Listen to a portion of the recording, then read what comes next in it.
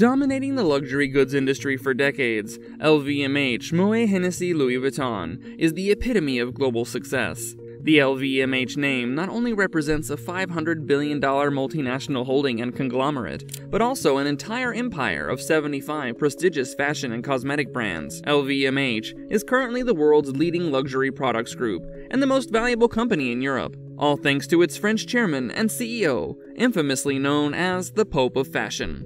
This is the story of Bernard Arnault. Bernard Jean-Etienne Arnault was born in 1949 in Roubaix, a city in northern France that was once known as a major textile center. Since this is a rags to riches story, it shouldn't come as a surprise that Arnault did not start his journey in luxury or fashion. Instead, he belonged to a working-class family, with a pianist mother and a manufacturer father, who owned the civil engineering company Ferré-Savenel. After getting his early education at the Lycée Maxence Vandermeersch in his hometown, Arnault went to the Lycée Faidherbe school in Lille. Despite his modest upbringing, the young Frenchman was eager to learn and grow, which helped develop his interest in business.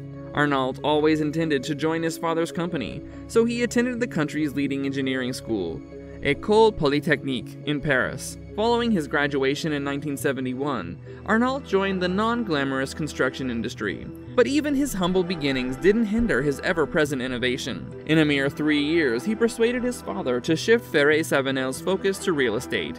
This move would later prove to be integral in Arnault's journey, since it laid the financial foundation that would later allow him to turn his attention to the world of luxury goods. Between 1978 and 1984, Bernard Arnault was a president at Ferré-Savenel, while simultaneously honing his skills as a real estate developer. And then, a once-in-a-lifetime opportunity appeared that would completely change Arnault's life.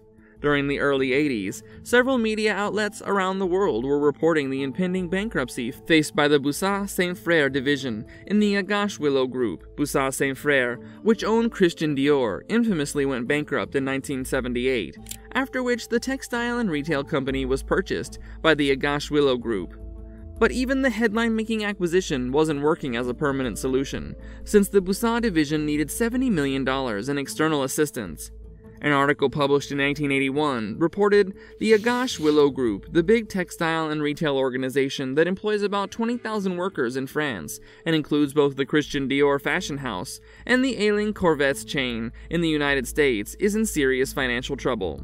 Now, how did this scenario benefit Bernard Arnault? The Frenchman, who was 35 at the time, had set his eyes on Christian Dior.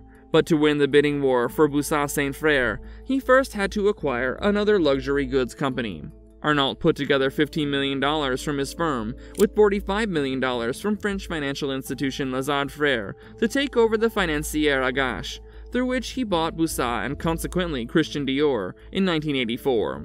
For Arnault, the decision to pursue Dior was an easy one. The world-famous couture house had revolutionized fashion and generated millions in profit since its inception in the 1940s. Bernard Arnault understood that there was an ever-increasing demand for luxury goods, especially in fashion, and that Dior could very well become the springboard for his own fashion empire. But back then, Arnault was only a real estate businessman entering the world of luxury goods for the first time. Within his first 2 years at Boussat, Arnault laid off nearly 90,000 workers and liquidated most of the company's assets, retaining only Dior and Le Bon Marché department store.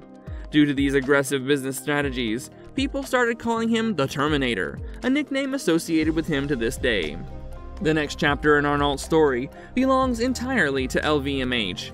By 1988, he had already established himself as a business leader with a company generating a revenue stream of nearly $2 billion. This meant that Arnault was now receiving invitations to invest in other companies, one of which was LVMH. French industrialist and Louis Vuitton president Henri Recamier reached out to Arnault nearly 18 years after he took over the company in 1970. Recamier, who was married to Louis Vuitton's great-granddaughter Odile Vuitton, also merged the world-famous company with Moet Hennessy to form LVMH. In 1988, Arnault acquired 24% of LVMH's shares through a deal with Guinness, before spending an additional $600 million to purchase 13.5% more of LVMH. Arnault was now the largest shareholder of the company he had just joined. A year later, he invested another $500 million in LVMH, giving him a total of 43.5% of the company's shares and 35% of its voting rights. Now fully armed and more determined than ever before, Arnault ousted Recamier from LVMH and assumed leadership of the company. By 1990, Bernard Arnault had achieved a new identity as the chairman and CEO of the LVMH group. It's safe to say there was no holding him back, especially after he decided on his infamous acquisition and expansion strategy. Over the next decade, Arnault would lead LVMH through the best development plan in its history, eventually increasing the company's market value by a factor of 15. He started taking over competitors and other luxury fashion brands, including Givenchy, Celine, Kenzo, Thomas Pink, and Fendi. The French business magnate then moved on to brands in tech, media, and the beauty industry. He took over Marc Jacobs and Sephora in 1997, before moving on to other businesses like Princess Yachts, Carrefour, and Les Echos. In 2011, LVMH acquired Bulgari, the iconic Italian jewelry and watch brand, for an astonishing $5.2 billion.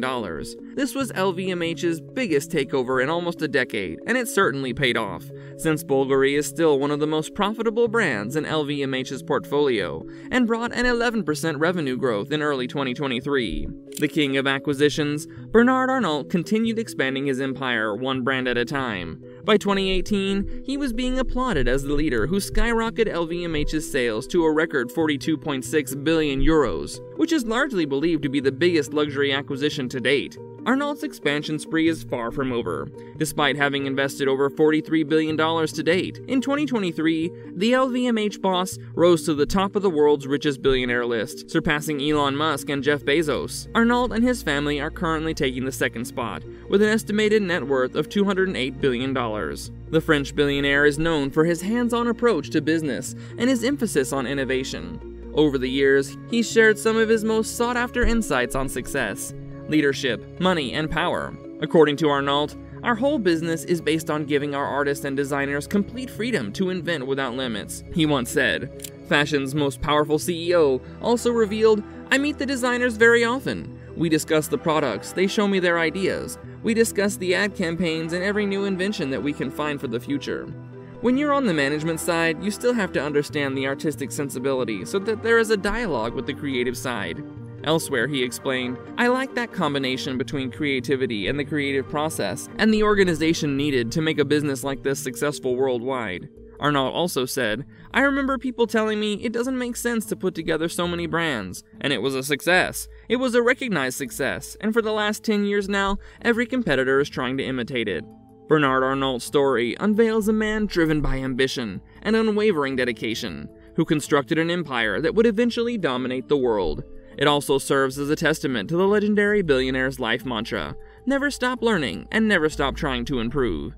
At 74 years old, Bernard Arnault shows no signs of slowing down. He continues to lead the way and maintain his example as a megastar in the luxury goods industry, and his influence will be felt for years to come.